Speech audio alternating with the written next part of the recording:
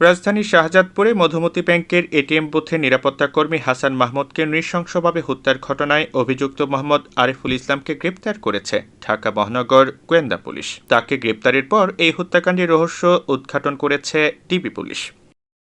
DB বলছে যে মূলত ঋণগ্রস্ত হয়ে পড়ায় প্রথমে কিডনি বিক্রির চেষ্টা করে ব্যর্থ হলে পরবর্তী সময়ে ইউটিউব দেখে আরিফুল এটিএম বুথ লুটের পরিকল্পনা করেন। পরিকল্পনার অংশ হিসেবে এটিএম বুথের নিরাপত্তা রক্ষীকে হত্যা করেন তিনি।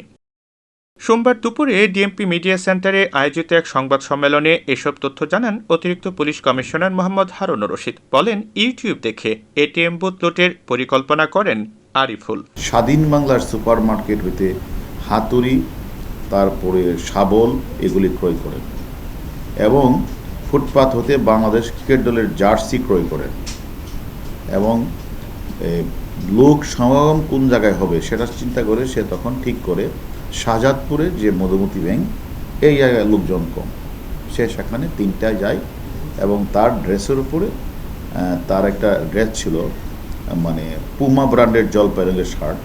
এই শার্টটার উপরে সে ওই ক্রিকেট খেলার যে জার্সিটা পরে এটা কয়েকবার রেকি করে সে তারপরে যখন দেখে যে আস্তে আস্তে লোক সমাগম নাই, ভোর 5টার দিকে তখন সেখানে যায়। সেখানে গিয়ে তখন প্রথম তারা ওই যে ভিকটিম যে বাড়িতে মেরেছে আরিফুল, যে মানে সিকিউরিটি গার্ড, তাকে নৃশংসভাবে হত্যা করে। গ্রেপ্তার আরিফুলকে জিজ্ঞাসাবাদে জানা যায় যে গত 10-12 বছর ধরে বিভিন্ন অফিস ও বাসাবাড়ির আসবাবপত্র পরিবহনের কাজ করতেন তিনি। 2-3 বছর আগে তিনি তার বন্ধু বান্ধবের পরামর্শে এই ব্যবসার পাশাপাশি ইট, বালু ও পাথর সরবরাহের ব্যবসা শুরু করেন। 10 থেকে 12 বছর যাবৎ সে বিভিন্ন অফিসে বাসাবাড়িতে আসবাবপত্র পরিবহন আনা নেওয়ার কাজ করত, কিন্তু এতে তার পোষায় না। তারপর তার এক বন্ধু তাকে বুদ্ধি দিল, তুই বিভিন্ন জায়গায় ইট, বালু, রড এগুলি সরবরাহ কর, এতে তো টাকা আসবে।